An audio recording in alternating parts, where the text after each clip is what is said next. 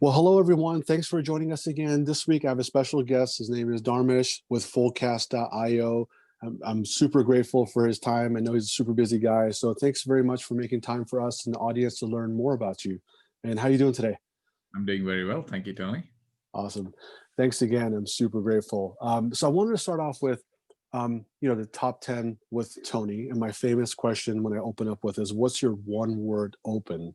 Well, how would you describe in one word how you're feeling right now? Like I said, gratitude. Uh, I'm grateful for what I do.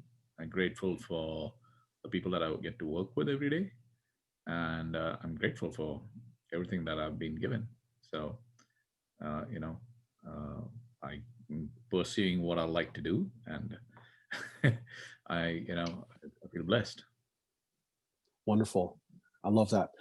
So let's start off with, how did you get in this business? How did you get started? And tell us more about at a high level what you do, Yeah. just for us to have a better understanding with Fullcast.io. Yeah. So my background has largely been, a large enterprise. Spent about 17 years at Microsoft, another 4 years after that at Salesforce. My last 7 years at Microsoft, I was running business planning for Office 365, and then went into engineering of some aspects of Office 365. Landed up at Salesforce, and in 2013, right in the middle of or at the beginning of their annual planning cycle. My co-founder right now, he had worked with me at Microsoft. He's the guy who actually took me to Salesforce. Uh, and so both of us looked at the opportunity of how planning is done at large enterprises, how tedious the process is, and it's largely an Excel-driven um, process. And our view was, large scalable business processes cannot be done in Excel. It's just too much work, too complicated, too error prone. And so we thought about, we looked at options, and none were available. And so we decided to solve the problem ourselves, and essentially built Fullcast as a platform to streamline go-to-market planning for teams, and help them get the plan deployed. So cut down the time it takes to build a plan, and then really make it instantaneous to get the plan into action. Wonderful. And would you be able to tell our listeners about one of your biggest wins that you've had recently, and what did you learn from it? Yeah, I think the biggest win, I would say, apart from the customers who've trusted us, we are a really small team actually, all things considered actually, and we have some really large enterprises that take dependencies on us, and so we have a team of 9 people supporting about 15 or 16 large enterprises, and we're growing and signing up new customers. So the biggest win for me has been to have a team of people that can work independently. We are a team that's, like I told you earlier when you're chatting, spread within Seattle and San Francisco, and you're able to do that because we don't require a lot of close supervision of people. And I think that win is the ability to hire the right kind of people, uh, who can think independently, who can work independently, but for a collective purpose, right? I have worked in large companies, and I know manage teams, and I know how much of a time suck management of people can be, and getting them to do what you think and pushing towards a common vision, not really easy. So for me, that is, I think, the biggest win. Wonderful. How about, I know we don't like to talk about failure, but it's there. We all have to learn from it and move on. And it's what makes us sometimes, generally speaking.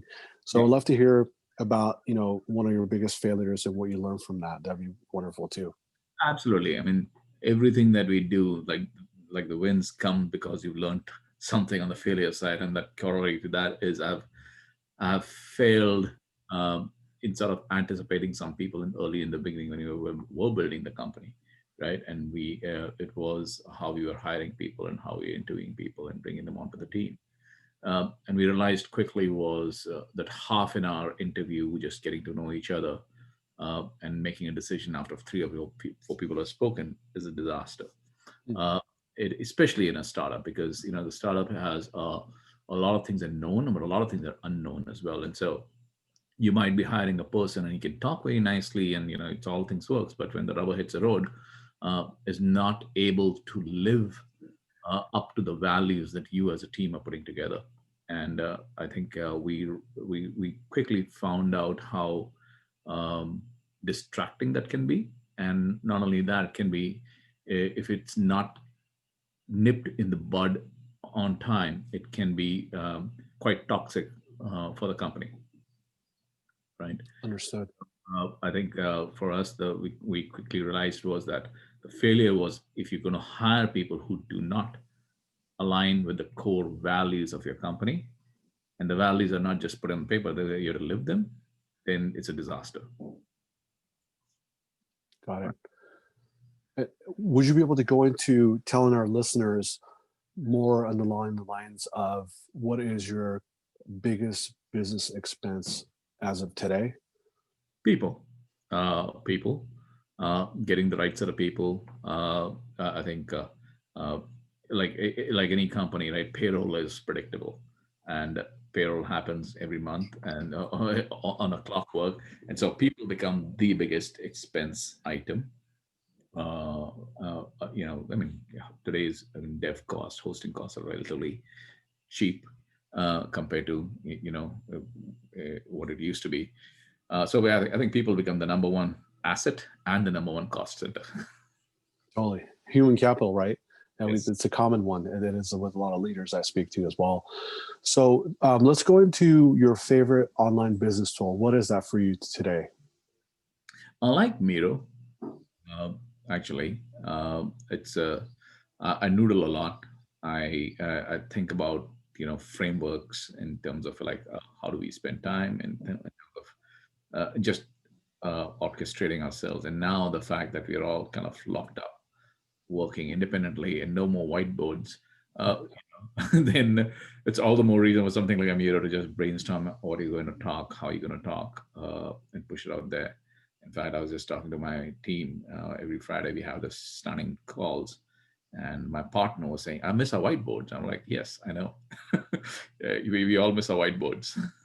Absolutely. I know the only whiteboard we have, to your point, the only whiteboard we have is on Zoom. We could, pull out your iPad, get your pen, and then Exactly. screen share that. A little bit of a, yeah. I know someone that's whiteboard is very important to him, and one of my closest friends, he's a great leader, and every time we have a meeting, when it used to be in the past face to face, I would always have a whiteboard ready for him. So I know how important that is, to all of us. Great.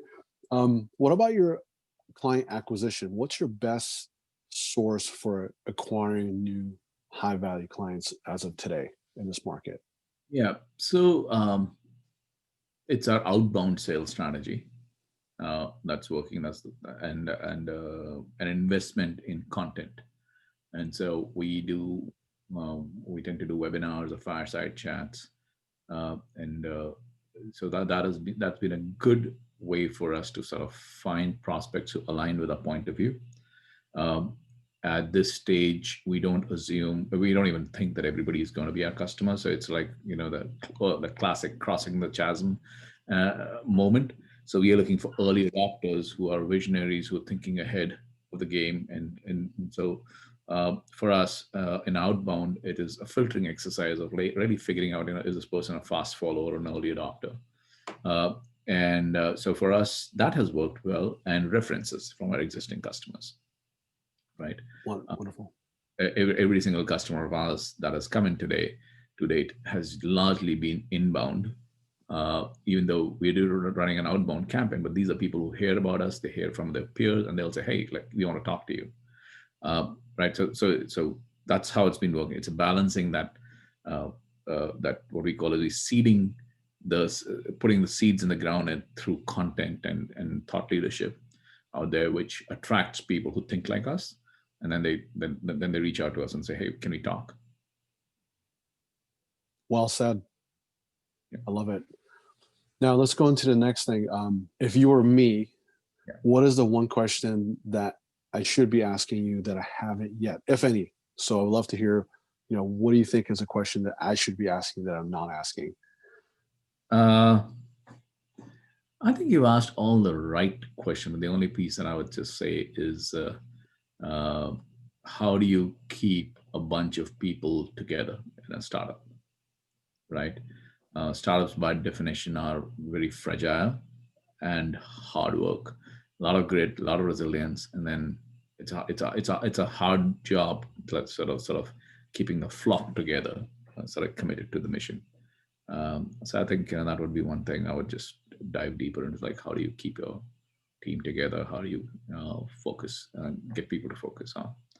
But I think you picked up all the right question actually. That those are the right, the most important ones.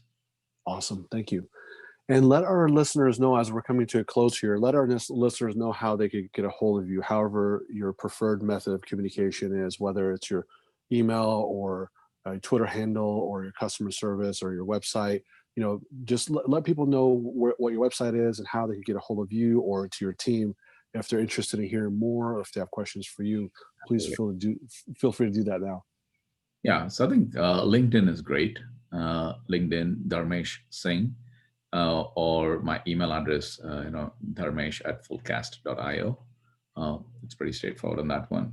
Those are the two best places, best ways to go. I mean, I'm on Twitter, but I'm generally more reading than tweeting.